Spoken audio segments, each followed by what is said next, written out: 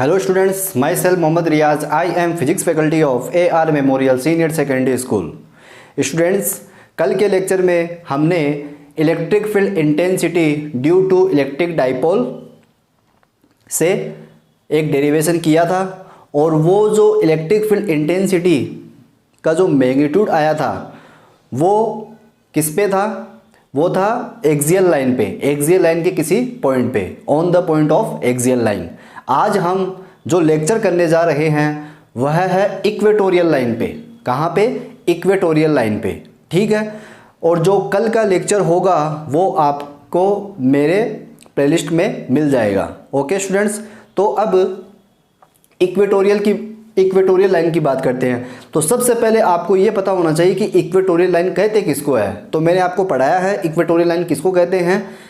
Minus Q charge और plus Q charge के बीच का जो सेंटर पॉइंट होता है उस सेंटर पॉइंट के परपेंडिकुलर जो लाइन पास होती है उसी को हम क्या कहते हैं? इक्वेटोरियल लाइन कहते हैं। अब उसी इक्वेटोरियल लाइन के किसी भी पॉइंट पर हमको क्या करना है? इलेक्ट्रिक फील्ड मेजर करना है या इलेक्ट्रिक फील्ड इंटेंसिटी मेजर करनी है due to electric dipole system तो होगा। ओके, तो सबसे पहले आप क्या करोगे? एक इलेक्ट्रिक डाइपोल बनाओगे। सबसे पहले क्या करोगे? एक इलेक्ट्रिक डाइपोल बनाओ। तो इलेक्ट्रिक डाइपोल क्या होता है? अगर आप क्या करो, एक माइनस क्यू चार्ज और एक plus Q charge, minus Q charge और एक प्लस क्यू चार्ज को क्या कर दो, एक इस वेरी स्मॉलेस्ट डिस्टेंस के ऊपर क्या कर दो, इनको सेपरेट कर दो। तो ऐसे अरेंजमेंट को अपन क्या कहते हैं? इलेक्ट्रिक डाइपोल कहते हैं, ठीक है। अब देखो, इन दोनों के बीच की डिस्टेंस को अपन किससे लिखते हैं? 2L से लिखते हैं। ये क्या होता है? इसका सेंटर पॉइंट होता है। ये क्या होता है? इसका सेंटर पॉइंट।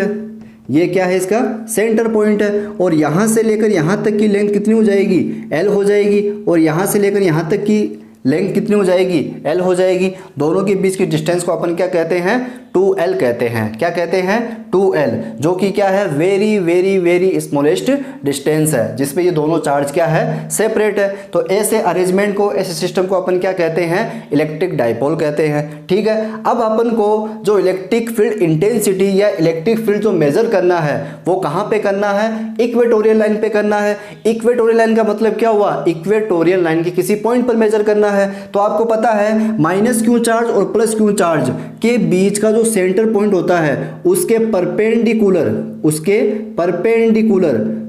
जो लाइन पास होती है उसी को हम क्या कहते हैं? इक्वेटोरियल लाइन कहते हैं। तो ये कौन सी लाइन हो गई? इक्वेटोरियल लाइन हो गई। तो इस इक्वेटोरियल लाइन के इस वाले पॉइंट पर हमको क्या करना है? इलेक्ट्रिक फील्ड इंटेंसिटी मेजर करनी है। और वो हमने पॉइंट कितना माना है? M माना है। M क्या है? यहाँ पे ऑब्जर्वेशन पॉइंट है। क्या है? ऑब्जर्वेशन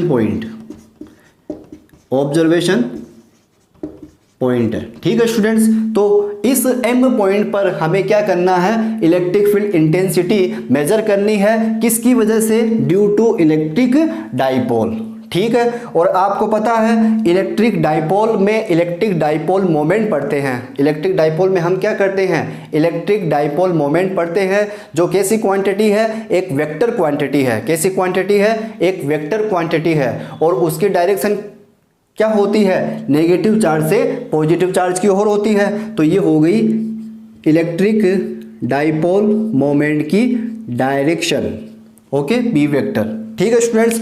अब हमें यहाँ पर क्या करना है? इलेक्ट्रिक फील्ड इंटेंसिटी मेजर करनी है। तो सबसे पहले क्या करोगे? वही वाली कहानी जैसे एक्सियल लाइन में की थी। सबसे पहले आप इसको देखो, प्लस क्यू चार्ज को।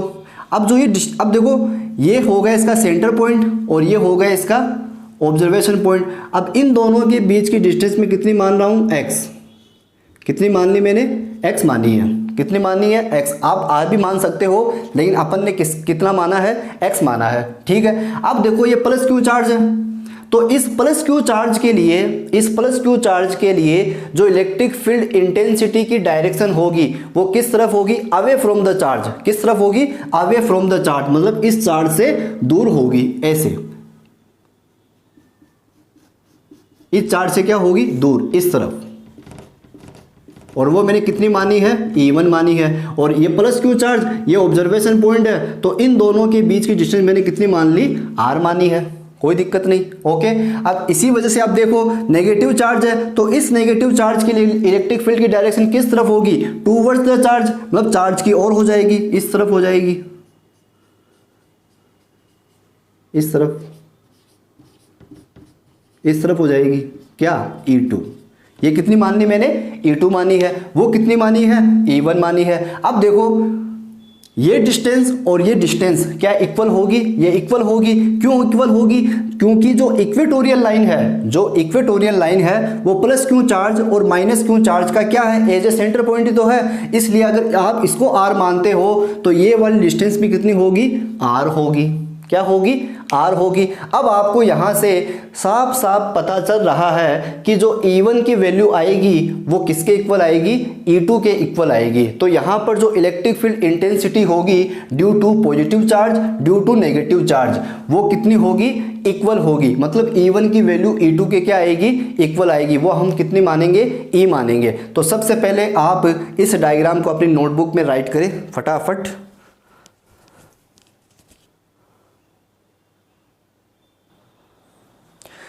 अच्छा स्टूडेंट्स, अब इस E1 और इस E2 का जो नेट इलेक्ट्रिक फील्ड आएगा, क्या नेट इलेक्ट्रिक फील्ड, वो कहाँ आएगा, इन दोनों के बीच में आएगा, इधर आएगा, ऐसे ये आ जाएगा। ये क्या हो गया, E नेट हो गया। ठीक है, नेट इलेक्ट्रिक फील्ड किस तरफ आएगा, इन दोनों के बीच में आएगा। जरूरी नहीं सेंटर में आए, जरूरी नहीं है सेंटर में आए। जो इलेक्ट्रिक फील्ड इंटेंसिटी बड़ी होगी उसकी तरफ ही ई नेट जाएगा। लेकिन यहाँ पर आप क्या देख पा रहे हो, जो E1 है वो E2 के क्या आएगा, इक्वल आएगा। तो इसलिए जो ई नेट है वो इन दोनों के सेंटर पे जाएगा। जो ई नेट होगा वो E1 और E2 के सेंटर में आएगा। क्यों आएगा, क्योंकि E1 E2 की जो वैल्यू है वो क्या आएगी, इक्वल आएगी। तो सबसे पहले वही वाली कहानी, आप क्या करोगे, सबसे पहले आप E1 निकालोगे फिर E2 निकाल लोगे। ठीक है स्टूडेंट्स, अगर ये वाला एंगल कितना हो, थीटा हो, ये एंगल भी कितना हो, थीटा हो। ठीक है, देखो एंगल थीटा क्यों माना, क्योंकि दोनों की डिस्टेंस क्या है, इक्वल है। और दोनों की डिस्टेंस इक्वल होने की वजह से ये दोनों चार्ज जो एंगल बनाएंगे वो क्या बनाएंगे, सेम एंगल बनाएंगे। अब आपको पता है अगर ये एंगल थीटा है तो ये एंगल भी कितना होगा स्टूडेंट्स, थीटा होगा। कितना होगा, थीटा। क्यों हुआ, ड्यू टू अल्टरनेट एंगल। देख पा रहे हो, ड्यू टू अल्टरनेट एंगल। ये क्या बन रहा है, देखो एक जेड की शेप बन रही है, एक जेड की क्या बन रही है, शेप बन रही है। इसका मतलब अगर ये एंगल थीटा होगा तो ये एंगल भी क्या होगा, थीटा होगा। थोड़ी सी यहाँ पे मैथमेटिक्स आपको याद रखनी पड़ेगी। अगर ये थीटा है ये तो ये भी थीटा होगा, अगर ये दोनों थीटा है तो ये वाला एंगल भी क्या होगा, थीटा होगा। तो सबसे पहले आप यहाँ पर क्या करो, E1 E2 की वैल्यू मेजर करो। तो E1 कौन बना रहा है, पॉजिटिव चार्ज, E2 कौन बना रहा है, नेगेटिव चार्ज। तो सबसे पहले आप क्या लिखोगे, यहाँ पे लिखोगे electric field intensity due to positive charge. क्या लिखोगे, electric field intensity due to positive charge. और वो कितनी हो जाएगी, E1। कितनी हो जाएगी, E1। फॉर्मूला क्या हो जाएगा, KQ अपॉन R स्क्वायर। क्या, KQ upon R square. Distance कितनी मानी है, R ही मानी है, तो मैं लिख दूंगा यहाँ पे R स्क्वायर। बोलो कोई दिक्कत, ये किसकी वजह से आई, ये पॉजिटिव चार्ज की वजह से आई है। अब आप क्या लिखोगे, similarly electric field intensity due to negative charge, वो कितनी आएगी, वो E2 आ जाएगी। वो भी कितनी होगी, KQ अपॉन R स्क्वायर होगी, क्योंकि ये डिस्टेंस में मैंने कितनी मानी है, R, तो ये डिस्टेंस में कितनी होगी, R होगी। तो इस वाले M ऑब्जर्वेशन पॉइंट पर E1 E2 की वैल्यू क्या आ रही है स्टूडेंट्स, सेम आ रही है। क्या आ रही है, सेम आ रही है। तो आप यहाँ पे क्या लिख सकते हो, आप यहाँ पे लिख सकते हो कि जो E1 की वैल्यू है वो किसके इक्वल है, E2 के, और वो कितनी है, KQ अपॉन R स्क्वायर है। कितनी है, KQ अपॉन R स्क्वायर, और वो मैंने कितनी मान ली, E मान ली है। कितनी मानी है, E मानी है। ओके स्टूडेंट्स, तो ये हो गया इसका एक छोटा सा डेरिवेशन। अब इस डेरिवेशन को हम क्या करते हैं, थोड़ा सा आगे बढ़ाते हैं। अब देखो यहाँ पे एंगल कितना है, थीटा, यहाँ पे एंगल कितना है, थीटा है। ठीक है, तो अगर यहाँ पे एंगल थीटा है तो हम क्या कर सकते हैं, हम E1 और E2 के कितने कंपोनेंट बना सकते हैं, 2 कंपोनेंट बना सकते हैं। अगर आपको ध्यान हो तो ऐसा न्यूमेरिकल हमने किया भी है, हमने एक ऐसा न्यूमेरिकल किया भी है, ठीक है। तो आप उस न्यूमेरिकल को ध्यान से देखें। ऐसा ही वो न्यूमेरिकल था जिसमें हमने क्या किए थे, वर्टिकल कंपोनेंट किए थे। क्या किए थे, वर्टिकल कंपोनेंट और हॉरिजॉन्टल कंपोनेंट। तो वैसे अपन को यहाँ पे क्या करना पड़ेगा, वर्टिकल कंपोनेंट और हॉरिजॉन्टल कंपोनेंट बनाने पड़ेंगे। तो सबसे पहले आप क्या करो, E1 का बनाओ। क्या बनाओ, E1 का बनाओ। तो देखो अगर E1 का आप हॉरिजॉन्टल और वर्टिकल कंपोनेंट बनाते हो तो देखो कैसे बनाओगे। देखो याद रखना, जिधर थीटा होता है, जिधर थीटा होता है उधर हमेशा क्या आता है, हॉरिजॉन्टल कंपोनेंट आता है। याद कर लो, जिधर थीटा होता है उधर कौन सा कंपोनेंट आता है, उधर कौन सा कंपोनेंट आएगा, उधर आएगा हॉरिजॉन्टल कंपोनेंट। देखो थीटा इस तरफ है, इसलिए इस E1 का जो हॉरिजॉन्टल कंपोनेंट होगा वो किस तरफ होगा, इस तरफ, थीटा की तरफ होगा, मतलब ये वाला। देखो इससे लिख देता हूं मैं, ये थीटा है, इस E1 का जो हॉरिजॉन्टल कंपोनेंट होगा वो किस तरफ होगा, थीटा की तरफ होगा, ये वाला। ये कितना हो जाएगा, E1 कोस थीटा, क्योंकि कोस थीटा ही क्या होता है, हॉरिजॉन्टल कंपोनेंट होता है। तो ये हो गया E1 कोस थीटा। तो इसका वर्टिकल किस तरफ जाएगा, ऊपर की तरफ, E1 साइन थीटा। बोलो कोई दिक्कत, ठीक है। सबसे पहले क्या किया, E1 के अपन ने क्या किए हैं, दो कंपोनेंट बनाए हैं, एक तो हॉरिजॉन्टल और एक वर्टिकल। हॉरिजॉन्टल याद रखो, जिधर थीटा होता है उधर हॉरिजॉन्टल कंपोनेंट जाता है, और थीटा से जो दूर होता है वो क्या होता है, वर्टिकल कंपोनेंट। वो कितना हो गया, E1 साइन थीटा हो गया। अब इसी प्रकार आप यहाँ पे देख सकते हो जो E2 है, अब E2 का हॉरिजॉन्टल कंपोनेंट किस तरफ जाएगा, थीटा की तरफ। देखो E2 इस तरफ है, तो इसका जो हॉरिजॉन्टल कंपोनेंट होगा वो किस तरफ जाएगा, थीटा की तरफ जाएगा। मतलब जिधर E1 कोस थीटा आया है उधर भी क्या आएगा, E2 कोस थीटा आएगा, E2 कोस थीटा आएगा। और इसका वर्टिकल कंपोनेंट किस तरफ जाएगा, नीचे की तरफ जाएगा, क्योंकि देखो ये नीचे है तो इसका वर्टिकल कंपोनेंट इस तरफ जाएगा, नीचे की तरफ जाएगा, इधर जाएगा स्टूडेंट्स। कितना हो जाएगा वो, E2 साइन थीटा। कितना हो जाएगा, E2 साइन थीटा। समझ में आया। देखो E2 की डायरेक्शन इस तरफ है, इसका हॉरिजॉन्टल कंपोनेंट जाएगा थीटा की तरफ, ऊपर की तरफ। कितना, E2 कोस थीटा, ठीक है। और इसका जो वर्टिकल कंपोनेंट होगा वो आएगा नीचे, थीटा से थोड़ा दूर आएगा, वो कितना आएगा, E2 साइन थीटा। अब आप यहाँ पे देख पा रहे हो कि जो E1 है वो E2 के क्या है, इक्वल है। वो कितना माना मैंने, E माना है। तो यहाँ पे E1 की जगह क्या लगा सकते हो, E लगा सकते हो। E2 की जगह क्या लगा सकते हो, E लगा सकते हो। तो ऊपर होगा E साइन थीटा, तो नीचे भी क्या होगा, E साइन थीटा। समझ में आ रहा है। देखो E1 E2 की वैल्यू मैंने किसके इक्वल मानी है, E के इक्वल मानी है। तो ऊपर क्या लिख सकते हो, E साइन थीटा, और नीचे क्या लिख सकते हो, E साइन थीटा, ठीक है। अब यहां पर आप क्या देख पा रहे हो कि जो वर्टिकल कंपोनेंट है, दोनों इलेक्ट्रिक फील्ड के जो वर्टिकल कंपोनेंट है वो डायरेक्शन में क्या है, एक दूसरे के अपोजिट है। डायरेक्शन में क्या है, एक दूसरे के अपोजिट है, और इनका मैग्नीट्यूड भी क्या है, सेम है। देख पा रहे हो, डायरेक्शन में एक दूसरे के क्या है, अपोजिट है। E1 की वैल्यू E2 के इक्वल ही तो है, और वो कितनी मानी है अपन ने, E मानी है। तो ऊपर होगा E साइन थीटा, नीचे होगा E साइन थीटा।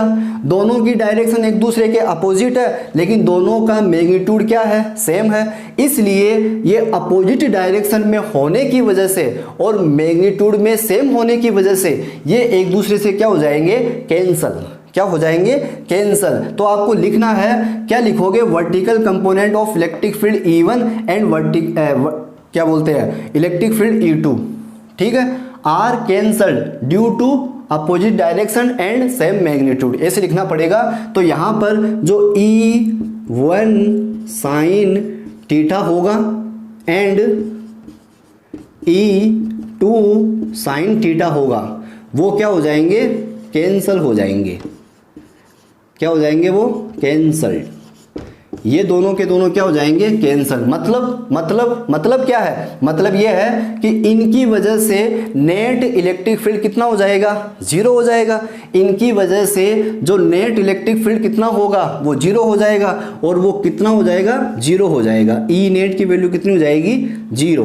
मतलब इस वर्टिकल कंपोनेंट की वजह से कोई भी इलेक्ट्रिक फील्ड नहीं बनेगी। अब बनेगी तो किससे बनेगी, हॉरिजॉन्टल कंपोनेंट से। और आप देख पा रहे हो जो हॉरिजॉन्टल कंपोनेंट है उन दोनों की डायरेक्शन क्या है, उन दोनों की डायरेक्शन क्या है, सेम है। E1 कोस थीटा भी इस तरफ है, E2 कोस थीटा भी इस तरफ है, इसलिए ये दोनों सेम डायरेक्शन में होने की वजह से एक दूसरे से क्या हो जाएंगे, ऐड हो जाएंगे। तो आप लिखोगे horizontal component E1 cos theta and E2 cos theta are added due to same direction. तो ये लिखना पड़ेगा।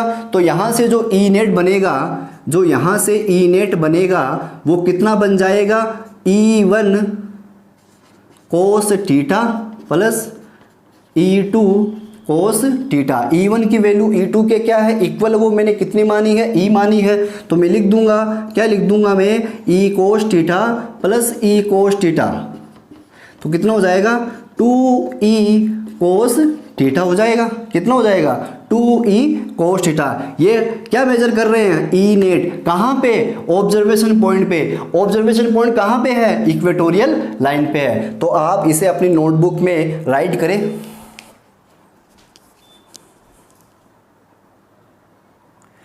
ठीक है, तो इसे हम अब आगे बढ़ाते हैं।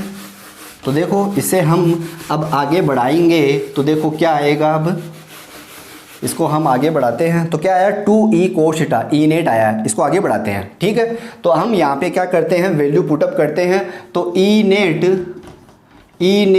Is equal to 2E। E की वैल्यू कितनी आई, KQ अपॉन R स्क्वायर, ठीक है। अब यहाँ पे देखो क्या है, कोस थीटा, यहाँ पे क्या है, कोस थीटा। इसको क्या करना है, हटाना है। तो आप इस कोस थीटा को डायग्राम की हेल्प से क्या कर सकते हो, हटा सकते हो। अगर आपको याद हो तो आपने ये वाली कहानी पढ़ी होगी, ये वाली कहानी।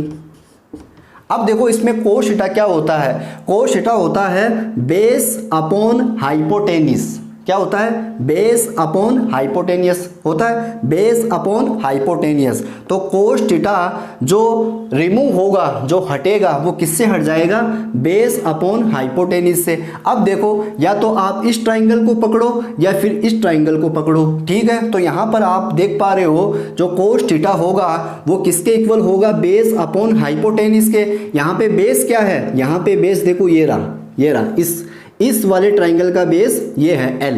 तो मैं लिख दूंगा यहाँ पे L अपॉन, ठीक है। हाइपोटेनिस कितना है, ये होगा हाइपोटेनिस, वो कितना है, R है। तो ये लिख दिया मैंने L/R। और स्टूडेंट्स आपको समझ में आया ये। कोस थीटा को मैंने क्या किया, हटाया है।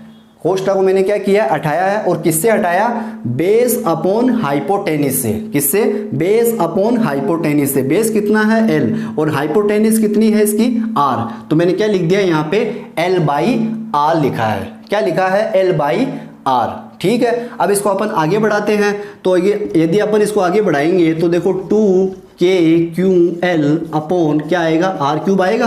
कितना आएगा, R³ आएगा। लेकिन स्टूडेंट्स यहाँ पे एक चीज़ आपको याद रखनी है कि जो इलेक्ट्रिक फील्ड इंटेंसिटी आप इक्वेटोरियल लाइन पर क्या कर रहे हो, मेजर कर रहे हो। और देखो सेंटर पॉइंट से इक्वेटोरियल लाइन पर जो ऑब्जर्वेशन पॉइंट है उसकी डिस्टेंस कितनी है, x है। तो आपको जो फॉर्मूला लेके आना है ना, जो फॉर्मूला आपको डिराइव करना है वो किसकी फॉर्म में करना है, x की फॉर्म में करना है।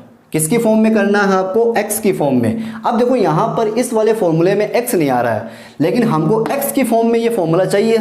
तो आप क्या कर सकते हो, तो देखो आप यहाँ से देख सकते हो इन डायग्राम में आप क्या देख सकते हो, देखो ये क्या हो गया, हाइपोटेनिस, ये क्या हो गया, बेस, ये क्या हो गया, परपेंडिकुलर, ठीक है। और आपको पता है जो हाइपोटेनिस का स्क्वायर होता है वो किसके इक्वल होता है, बेस के स्क्वायर प्लस परपेंडिकुलर स्क्वायर। आपको पता है ना ये, एज वी नो, आप जानते हो, एज वी नो हाइपोटेनिस का square is equal to base का स्क्वायर प्लस परपेंडिकुलर का स्क्वायर। ठीक है, अब यहाँ पे हाइपोटेनिस का काम कौन कर रहा है, आर, तो आर का स्क्वायर हो गया। बेस का काम कौन कर रहा है, एल, तो एल का क्या हो गया, स्क्वायर हो गया। परपेंडिकुलर का काम कौन कर रहा है, एक्स, तो एक्स का स्क्वायर हो गया। ठीक है, तो यहां से r इज इक्वल टू क्या आ जाएगा, under root L square plus X square आ जाएगा। r इज इक्वल टू क्या आ जाएगा, under root L square plus X square. तो आप यहां तक इसको नोट करें, फिर इसको अपन आगे बढ़ाते हैं।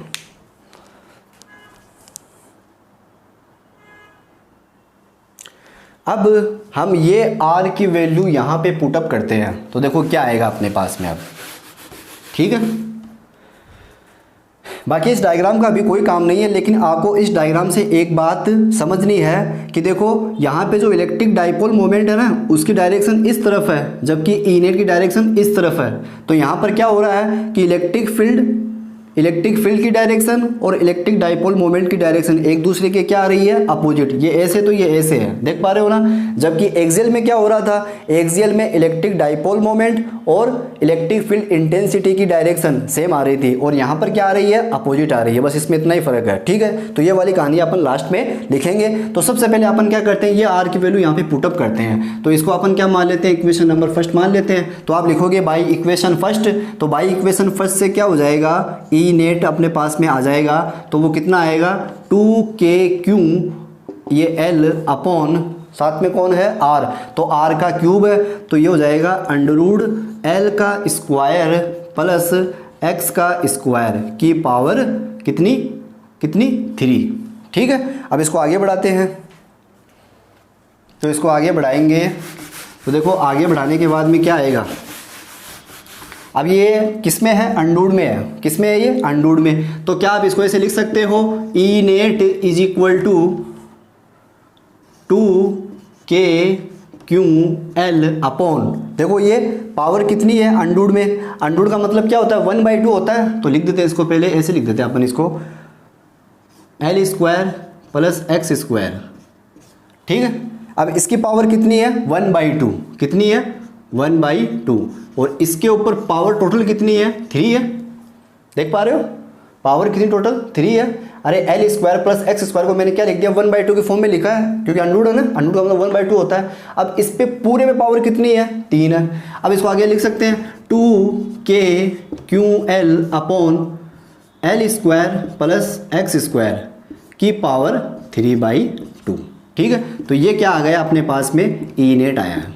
क्या आया है, ई नेट। ठीक है, ये भी एक फॉर्मूला बन सकता है, ये भी क्या एक फॉर्मूला बन सकता है, लेकिन 99% में जो फॉर्मूला होगा वो आगे और थोड़ा सा डिराइव होगा। वो क्या होगा, वही वाली कहानी जैसे अपन ने क्या लिखा था, अपन को पता है यहाँ पे जो x की वैल्यू है वो l के कंपैरिजन में क्या है, बहुत ज़्यादा है, क्योंकि 2l होता है ना, वो बहुत कम डिस्टेंस होती है। अब यहाँ पे तो क्या आ रहा है, l ही आ रहा है, तो l और भी छोटी डिस्टेंस हो गई, ऊपर से l का स्क्वायर भी होगा तो वो और भी छोटा हो जाएगा। तो यहाँ पे जो x है वो l के कंपैरिजन में क्या बहुत बड़ा है। तो हम क्या लिख सकते हैं कि जो l square plus X square है उसको आप अप्रोक्स क्या लिख सकते हो, एक्स स्क्वायर लिख सकते हो। क्या लिख सकते हो, एक्स स्क्वायर लिख सकते हो। ठीक है, अब इसको अपन आगे बढ़ाते हैं। तो आगे बढ़ाने के बाद देखो क्या आएगा, E net is equal to 2k Q L upon L square plus X square को क्या लिख सकते हैं, एक्स स्क्वायर, तो एक्स स्क्वायर की पावर 3/2 हो गया। ठीक है, तो देखो 2k Q L upon X की पावर, देखो ये इससे मल्टीप्लाई हो जाएगा, 3 × 2/2, 2 से 2 कैंसल, तो ऊपर क्या बचेगा, 2k Q L upon X cube बच जाएगा। क्या बचा, 2k Q L upon X cube बचा, ये बचा। अब इसको लास्ट में लिख देंगे अपन, इलेक्ट्रिक डाइपोल मोमेंट की फॉर्म में लिखेंगे इसको। तो देखो इसको अपन कैसे आगे लिख सकते हैं, तो ई नेट इज इक्वल टू, इसको ऐसे लिख सकते हैं, k क्यू × 2l लिख सकते हैं क्या, देखो k की जगह k लिख दिया, क्यू को 2l से मैंने क्या करवा दिया, मल्टीप्लाई करवा दिया, नीचे क्या है x क्यूब है। अब Q इंटू 12 क्या होता है? इलेक्ट्रिक डाइपोल मोमेंट होता है, पढ़ा है, Kp अपॉन एक्स क्यूब। तो ये आपका क्या आ गया? फॉर्मूला आ गया। कहाँ पे आया है? इक्वेटोरियल लाइन पे आया है। कहाँ पे आया? इक्वेटोरियल लाइन पे। और एक्सियल पे क्या आया था? 2Kp upon are cube. अब देखो मैंने यहाँ पे x माना, वहाँ पे मैंने r माना था, तो आप यहाँ पे r भी मान सकते हो। वहाँ पे मैंने r माना था, यहाँ पे मैंने x मान लिया है। बाकी फॉर्मूला सेम ही है, वहाँ पे 2Kp अपॉन आर क्यूब था, यहाँ पे Kp अपॉन एक्स क्यूब आया है। मतलब जो एक्सियल है, जो एक्सियल लाइन होती है, वहाँ पे जो इलेक्ट्रिक फील्ड इंटेंसिटी आती है वो इसका ट्वाइस आती है। ये तो मतलब हुआ इसका क्या आएगी? वो ट्वाइस आएगी। यहाँ पे Kp अपॉन एक्स क्यूब है, वहाँ पे क्या होगा? 2Kp अपॉन एक्स क्यूब होगा। तो वहाँ की जो इलेक्ट्रिक फील्ड इंटेंसिटी होगी वो यहाँ की इलेक्ट्रिक फील्ड इंटेंसिटी से क्या होगी? ट्वाइस होगी, कहने का मतलब। तो ये क्या आ गया? E net is equal to Kp upon X cube आया है। क्या आया? E net is equal to Kp upon X cube आया है। अगर आप इसको वेक्टर फॉर्म में लिखोगे तो क्या लिखोगे? अब ये वेक्टर फॉर्म में भी कभी कभी एग्जाम में पूछता है। तो आप क्या देख पा रहे हो? जो ई नेट की डायरेक्शन वो किस तरफ है? इस तरफ है, और इलेक्ट्रिक डाइपोल मोमेंट की इस तरफ है। तो दोनों की डायरेक्शन एक दूसरे के क्या हो गई? अपोजिट हो गई। इसलिए आप इसको ऐसे लिख सकते हो, E net is equal to minus लगेगा, ठीक है, फिर K P vector upon X cube. ये माइनस क्या बता रहा है? ये माइनस ए की बात बता रहा है। क्या बता रहा है? कि जो पी है और जो ई है, इन दोनों की डायरेक्शन एक दूसरे के क्या है? अपोजिट है। माइनस ये बताता है, ठीक है। तो ये हो गया एक डेरिवेशन। अब इन डेरिवेशंस के ऊपर हम क्या कर सकते हैं? न्यूमेरिकल निकाल सकते हैं, और न्यूमेरिकल जो आते हैं वो फॉर्मूला बेस्ड न्यूमेरिकल आते हैं। तो कल के लेक्चर में हम शायद इन पर न्यूमेरिकल क्या कर सके? निकाल सके। तो ये एक डेरिवेशन है इक्वेटोरियल लाइन का, जो आपको याद रखना है। एक्सियल का भी याद रखना है, इक्वेटोरियल का याद रखना है। एक्सियल में क्या होता है? 2Kp अपॉन एक्स क्यूब, और यहाँ पे क्या हो रहा है? Kp upon X cube. तो यहाँ पे एक्सियल का और इक्वेटोरियल लाइन का एक रिलेशन बनता है। क्या बनता है? कि जो एक्सियल लाइन होती है वो इक्वेटोरियल लाइन पर जो आने वाली इलेक्ट्रिक फील्ड इंटेंसिटी से ट्वाइस होती है, उसका 2 गुना होती है। तो ये कहानी कल हम लिख लेंगे, कोई दिक्कत नहीं है। तब तक के लिए आप इस डेरिवेशन को पढ़ते रहे। और जो कल का एक्सियल का जो मैंने पढ़ाया है वो मेरी आपको प्लेलिस्ट में मिल जाएगा। तो थैंक यू, पढ़ते रहिए।